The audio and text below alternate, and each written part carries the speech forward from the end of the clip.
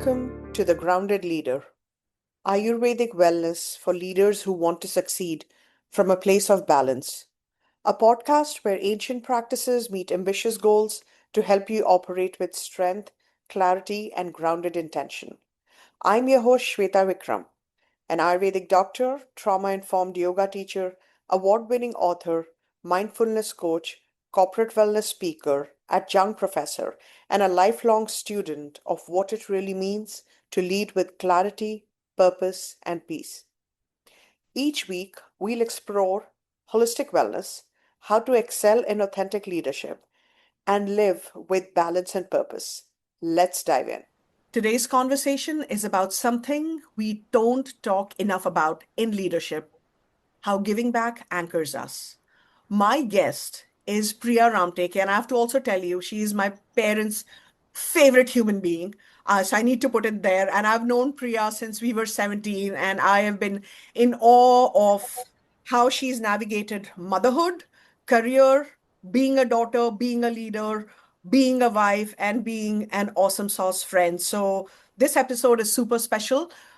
But I am not here to just talk about Priya being this amazing person on a personal level, but this is also because Priya is a leader who not only excels in a professional role, but also dedicates her spare time to help society become a better place. There was a time when she was teaching underprivileged children yoga, and we'll get into that because phases in life happen. But like giving back is very, very important to her. And I really wanted to have this conversation because in a world that often equates leadership with achievement and output, Priya reminds us that true fulfillment comes from service. And I've seen this quality in her when we were even in college. I lived in a hostel. She had working parents, which was not very common in India. Whatever her mom had cooked for lunch, the kitchen was always and the home was always open to me. So I my heart is still full from those teenage years when you I missed my mom's cooking, and Priya's home was a second home to me. So that generosity has been second nature to her, and now she brings it to her professional world, and it is truly an honor, and I'm embarrassing her to talk about Priya and the work that she does. We'll be exploring how giving back doesn't just impact the communities we serve, and community could start with that one person, the person I was talking about myself, but the larger community, right? Where we live, where we work, whom we mentor. It also transforms us, grounds us, and it makes us better leaders. So, welcome to the Grounded Leader, Priya. I am so excited to be talking to you today. But can you tell us a little bit about your path to leadership? Thank you, Shweta. It's such a privilege, such an honor to be here connecting with you on this wonderful platform. And I really admire the work, and you are an inspiration in every way. In terms of my path to leadership, I think I want to begin at the very sort of very beginning. So I didn't see actually myself as a leader at all. Hmm. I loved being in the classroom with the students. I loved impacting and transforming lives. Uh, but there was this head of school that was inspirational, and he really sort of, came, mentored me, coached me, and saw something in me that I hadn't seen in myself. Wow. And he said, you can do this. And I'm like, I don't think so. Are you really sure?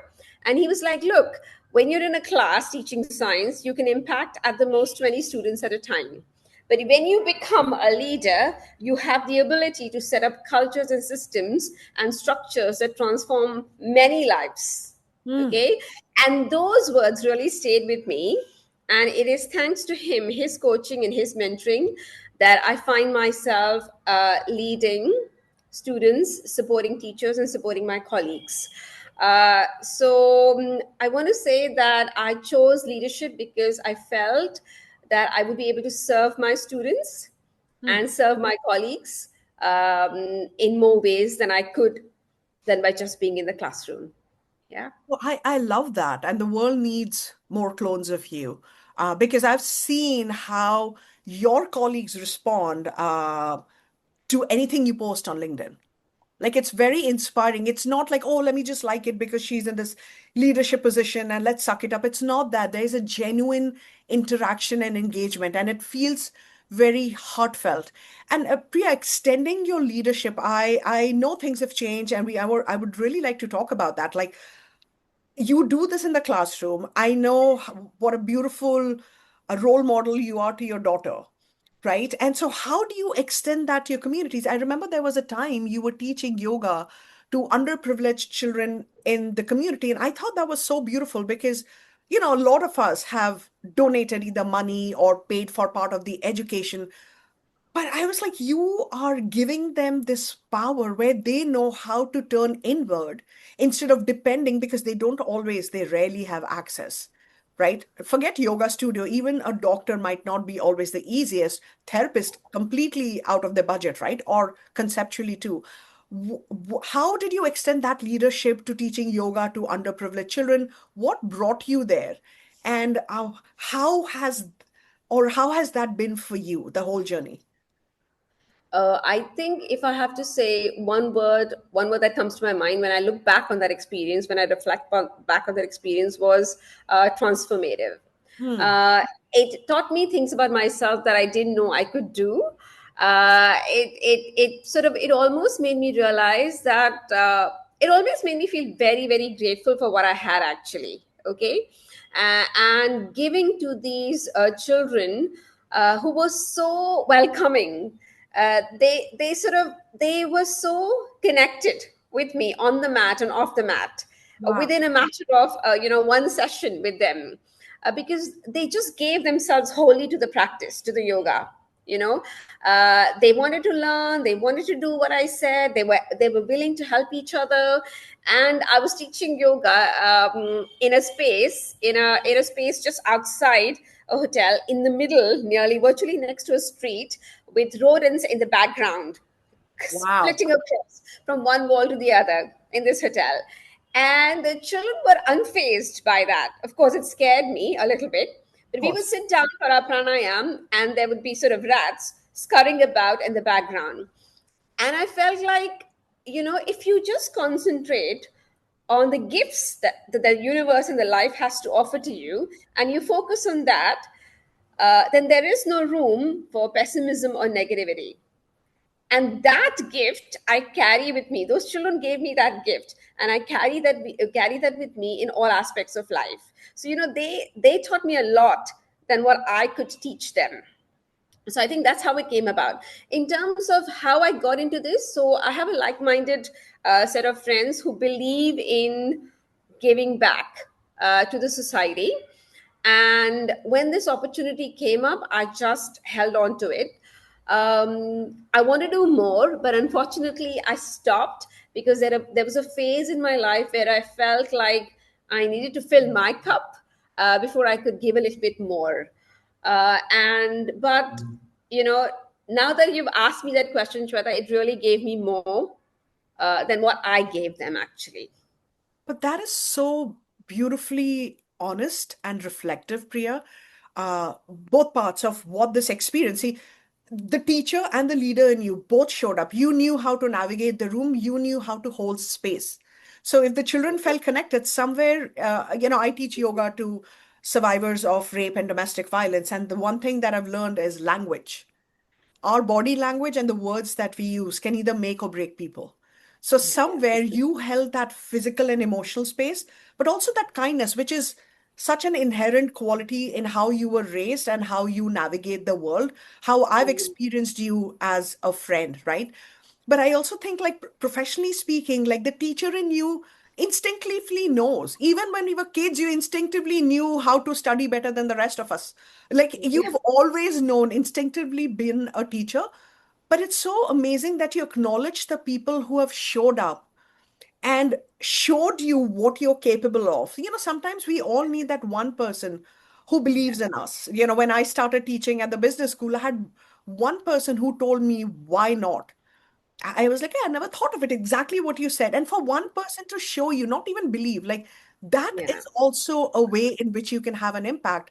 And I love that you came back to it with such honesty, where This is so gratifying, but it's also very emotionally depleting and challenging. I know, Yeah, I teach this yoga, I have to come back and also like sit in silence, like the gratitude for my life that I feel, but yeah, also not to carry on that guilt, right? yes, And I think true. when you're depleted, which I think was such a good thing that you did, where it's like, no, I need to fill my cup because going back to leadership, you're navigating students, Yeah, people who report to you, staff members, on a yeah, leadership scale, growing your peers. You yeah, can't show up, lack of a better word, half-assed, right? Like you have to yeah. show up because people are looking up to you. And I think by saying, you know what, I need to take a pause. It's not like I'm done with this. No, I need to take a pause because I need to take care of me so I can show up for other responsibilities that I have. Mm. I think that's what is, to me, giving back is also that, what you did, the decision that you made. Would you agree? In some ways, you're also giving back to your professional circles by showing up fully as who you are. Yes, absolutely, Shweta. And you've sort of really hit the nail on the head. I was really inspired by Brené Brown's work. I don't know if you're familiar with Brené Oh, Brown I and love her her. work. And yeah, I love her too. And she speaks about vulnerability, and she speaks about shame. And she says that if you douse shame with empathy, it leaves, right? And I felt at that moment that I needed to be honest and vulnerable to myself. And yes, I was feeling shame. Yes, I was feeling guilt, but I needed to be kind and empathetic to myself. And only then could I fully show up for my family, for my colleagues, and for those students that I was teaching yoga. And I think very often in leadership, we forget that we are also human beings at the end of the day, Right. right? And therefore, it is very critical that you take a step back and you deeply reflect and pause. You heal yourself in order to heal others who are dependent on you. I love that. And I love the transparency of what you said because, very often leadership can feel heavy and convoluted Yeah, because I'm not saying it's a deliberate, but like a leader is navigating so much. If they haven't taken care of and that's a whole focus of this podcast, like, making self-care non-negotiable, making self-care, it's not indulgent. You yeah, can't serve from an empty cup. And you just shared that with us so beautifully. I also really appreciate that you gave permission to others within, whether it's your student group or your staff or your colleagues or your peers, that you gave them permission to take care of themselves yeah, and to not always have the answers. Just because you've done it once doesn't mean we don't get depleted. Like I said, I went to bed so insanely early last night. I've had like a very long week, and I said this to my husband. I can feel I'm depleted on a cellular level, and for me sometimes it's just literally passing out on the couch very intentionally is my recharge place. So when yeah. that happens, recognizing it is so important versus pushing yourself. Like Yeah. nobody gains from that. Correct. And I think it's a part of, again, I'm reading this another book. I've just started reading it. It's called Permission to Feel by Mm. Mark Brackett. Okay. Incredible, incredible book, where the author sort of brilliantly makes a case that emotions and feelings are as important as cognition, you know, as scientific phenomena, right? So you should allow yourself and others the permission to feel, because only when you acknowledge that you have feelings, and only when you are able to regulate those feelings objectively, can you function as a kind-hearted, regulated human being, supporting yourself and supporting others. So I think there's a lot to be said in terms of growing research, that you don't neglect your feelings, but you acknowledge them, you live with them, and you regulate them in order to thrive. So essentially, really moving from a place of fear to a place of thriving, and moving from a place of harm to a place of healing. Oh, I love that. Permission to feel. I'm going to have to get a copy of this book. I love how Yes. you phrase that, from fear to thriving. Yeah, And and very harm often to we healing. And yeah, and like it very often we feel like, oh, there's a gap. I can either be this or that. And so this makes me think like, how do you see the role of privilege or opportunity or awareness in choosing to serve, Priya? Mm, okay, so I'll have to think a little bit about that, Shweta. So I'm thinking, how do I see the role of entitlement and privilege? I think um, very often I'm not saying, when I say we, I include myself in the we. Right, We often look for what we don't have. Okay, we often see, oh, I haven't got this, or so and so is going for the best holiday and I'm not, right. right? So I really think there is room for gratitude, there is room for acknowledging what you already have. And the more you're grateful for, the more you will receive from the universe. I firmly believe that. Uh, and I think that service should be an integral part of your upbringing as a human being. To be honest, I mean that's where it is. Full stop. It should not be negotiable. Just like you go to college, uh, you should also you should serve everybody, serve people, and I think that's where I would go with that. Um, I in have to terms of interrupt. Sorry, Priya, I have to interrupt you there for a second. I think maybe yeah, you yeah, and Dad have had this conversation. The reason I said because it was such an integral part of my upbringing as well to yeah, serve. Both my yeah, parents were Rotarians, and my dad would always say, no matter what you make, 10% of your income has to go towards those less fortunate than you. So, yeah, it's always been there, and I've followed through with that. That 10% changes depending on where you are in life. But yeah, yeah, it's just an integral, and sometimes it's service. It's not just the income. It's actually showing up, volunteering, doing the yeah, charity work where yeah, the help is. Sorry I interrupted you, but I just love that you were also raised with those values because now yeah. it makes sense. It inherently shows in everything that you do. Yeah, but also Shweta, like you said, rightly so, that it's very easy to sort of donate your income or donate financially. But I think particularly in this part of the world, Right. the gift of time is something that students from the underprivileged sections of the society really need. Like for example, we need skilled professionals teaching them life skills, teaching them language skills, teaching them professional skills so they can go out in the world and become better. And I think that gift of time is something that I'm struggling with at the moment. And if I had more time in the day, no, perhaps I do have time in the day. It's just that I'm not able to navigate that and give the gift of time. And that is something I would really love to do. Love to do. Okay. Yeah. I love that. And I know I keep thinking about that because, that post, the images, the joy on the faces of the children you're teaching yoga to is still so palpable for me. Uh, Mm. and I know you said like teaching them, it's almost like it gave you back more, and you reiterated the whole emotion of how giving back actually flourishes and nourishes us. So, Yeah. have there been moments, when you reflect on the work that you did with the children and something that you learned, not just personally, but you've brought back into your professional world, into your leadership role, like things that you learned from them that you have implemented in your school or, the global networks that you navigate or your colleagues? Like I said before, I think because you're always looking out for what you don't have, and when you work with students from these sections of the society, you realize they're so happy with so little. Hmm. That kindness, the gratitude, the huge respect that they have for everything around them was unbelievable. It was just unbelievable.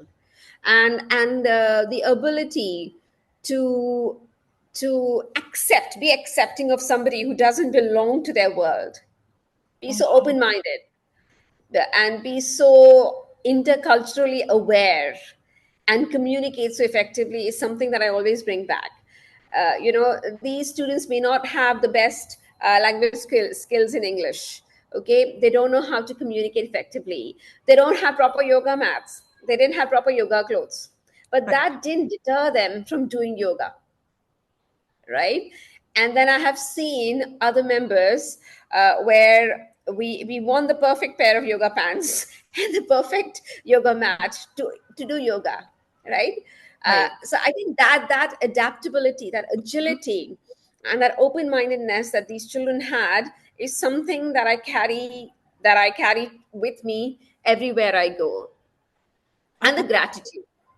I love that. So it almost feels like these children have also taught you how to navigate stress, Yes. or decision fatigue. Because when you lean into gratitude, for a lot of us, we haven't been taught about gratitude as a daily practice.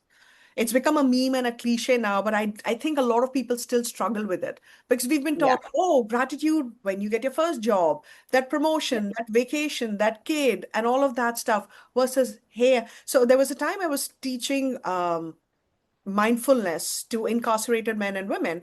And I asked this one person, what are you grateful for? And he was like, Miss Vikram, I'm a black man in America and I'm still breathing. And that, it's been almost 5 years since that conversation. And I can never, ever forget that. Like breath, if nothing else, can we just breathe like warm air on our hands? And I think in teaching yoga to these children, like obviously it makes you realize of what you have in your life. And I don't think I'm talking about privilege or entitlement. We've all worked very hard to be where we are at. Yeah. Giving Correct. back is very, very important. But I think how you, the word choices that you used, like, like the adaptability, like, oh, just because I don't have, designer brand yoga wear, outerwear doesn't mean I'm not a yogi, right? Like, Yeah. oh, there are Yeah. rodents in the room. Yoga is chitta vritti nirodha. It's the stillness of the minds. And these children taught you yoga means being in the present moment. Yeah. True. So True. I would think like they've also just helped you how to prioritize stress, uh, Yes. right? Your decision fatigue or decision making, because you know what your priorities are, what matters most to you as a leader. Yeah. True. Absolutely. Correct. Yes. Yes. So I want to know, like you've talked about, like the challenges that we have. You have a personal life, knock on wood, a very healthy one, but you also have a professional life. And as a leader, sometimes we all face challenges, with giving time and energy. And like you said, it's so easy to just donate, but it's the connection, Mm. that people in any part of the world, like loneliness is an epidemic in the United States. It's Correct. people, Yeah. so how do you maintain boundaries? Because I know inherently you find one way. If now is not the season to show up to these yoga classes because you need to fill your cup, I know you're writing a check and donating it to other causes. So can you speak to our listeners? Because I think sometimes I know I navigate that guilt. Like September Mm. for me was a very busy month with work, with teaching, with travel. And Yeah. I love talking about yoga and the bell ringing. It's as so I heard that, and it's life, right? But so I know that I chose to donate because I didn't have that time. But it's still a lot of work to create those boundaries and not jump at low. I can do this when if I'm not going to show up. Like, and I love your example, what you said, like you have to fill your cup.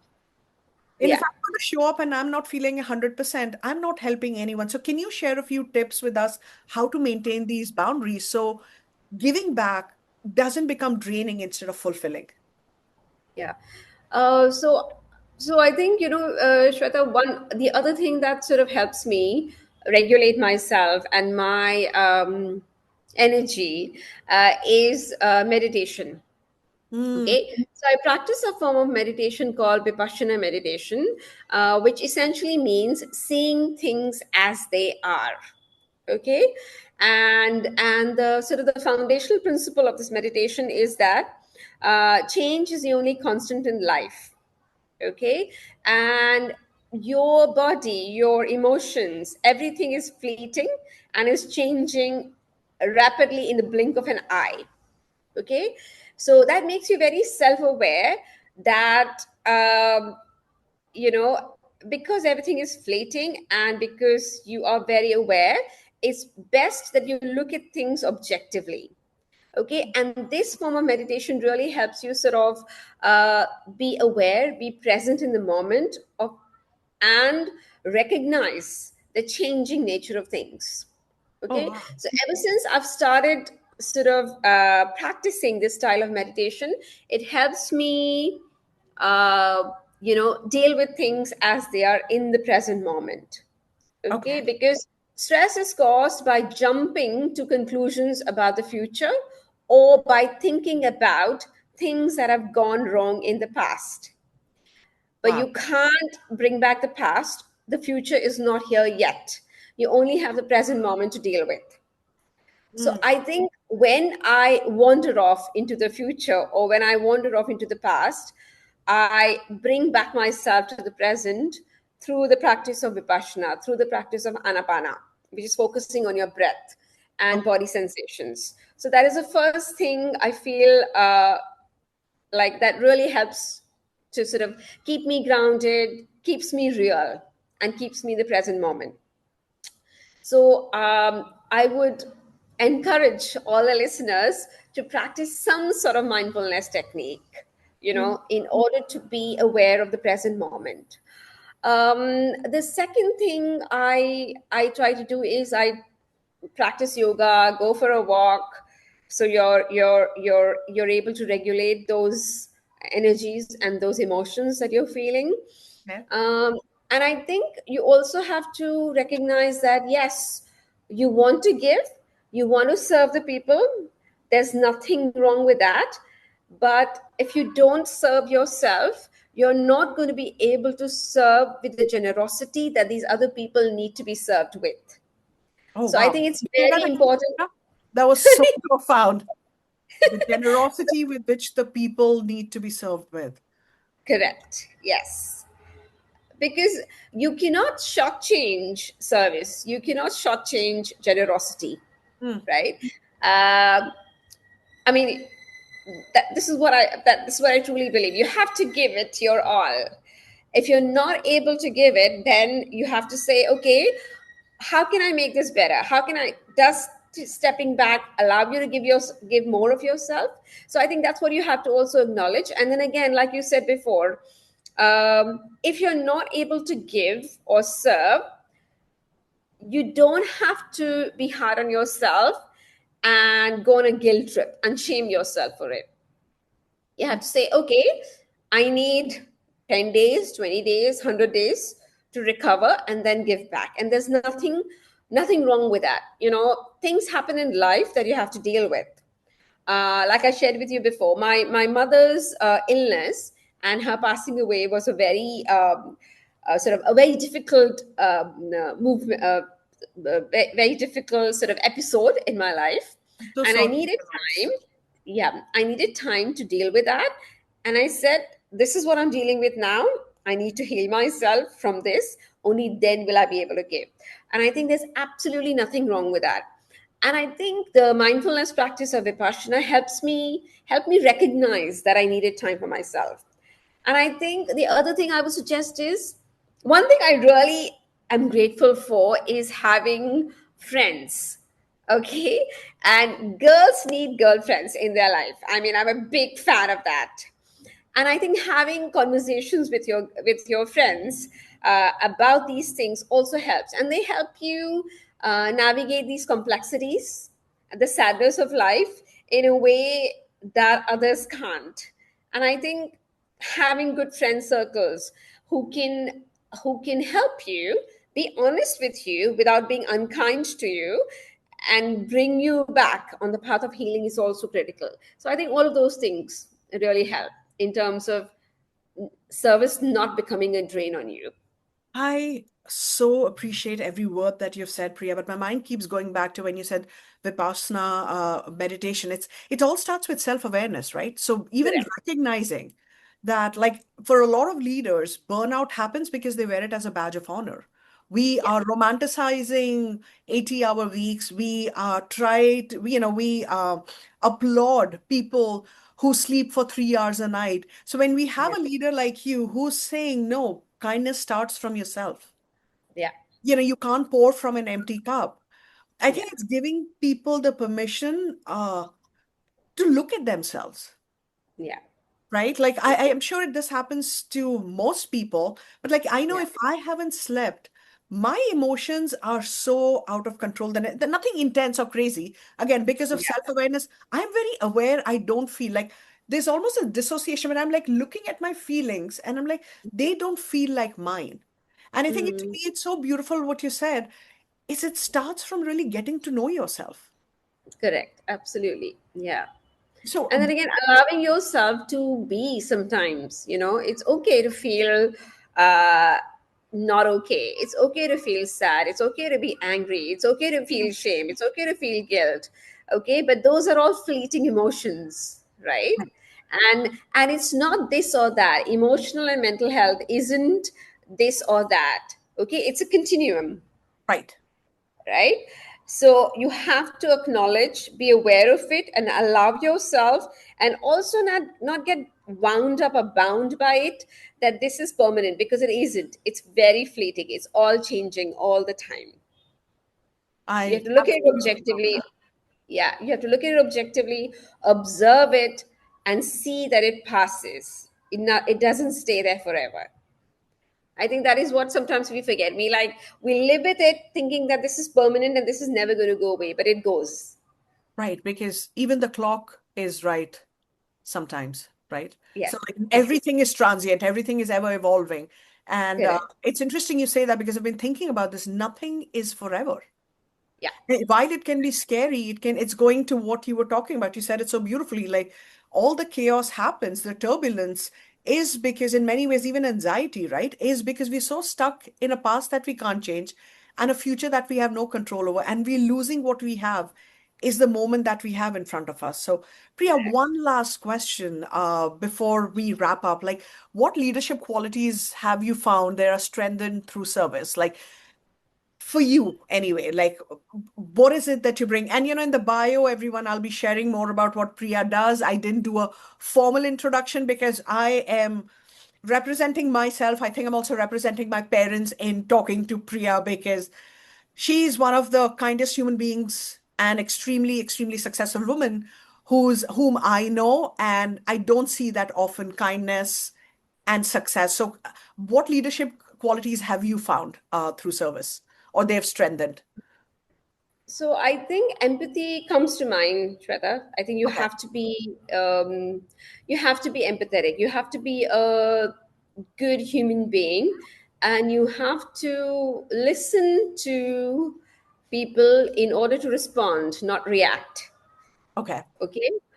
So I think that comes to mind. That's at the top of my list. Empathy, top of my list, essentially. And I think the second is, and a lot of people don't talk about this enough. And I feel like more and more I'm feeling that if you're vulnerable with people, right. which translates to honesty, then um, you know, uh, people will work with you rather than for you. And I think that is really important in leadership, that people don't have to work for you, people have to work with you in order to transform and inspire students. I'm talking in the context of a school. Right. Okay.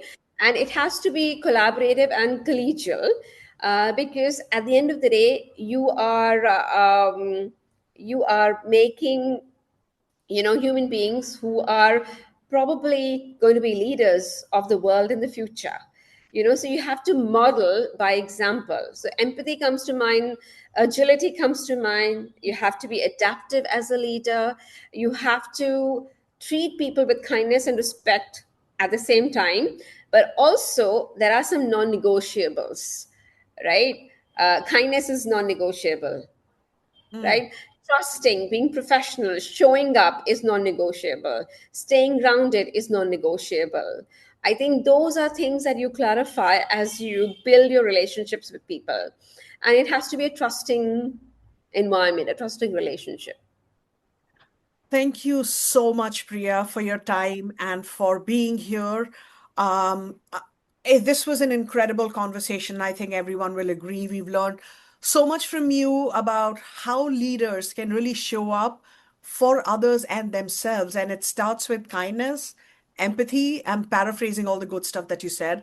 Self-awareness, taking out the time and not feeling guilty for prioritizing you. Because as a leader, then you are permitting others to take care of themselves. And like I said, all the details will be in the bio. Priya is an incredible leader in the world of academia, and I'll leave all the fancy stuff to the bio. Thank you so much for joining us on this episode of The Grounded Leader, Anchored in Giving, How Service Shapes Leaders.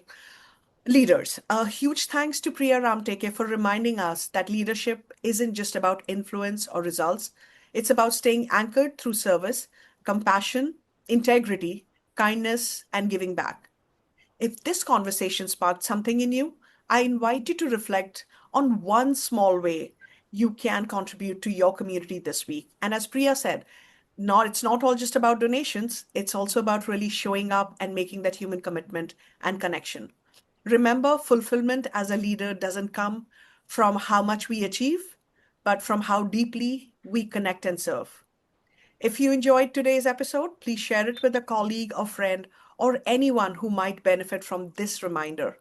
Don't forget to subscribe, rate, and review the podcast. It helps us reach more grounded readers just like you. Until next time, keep leading from a place of balance and purpose. Stay grounded.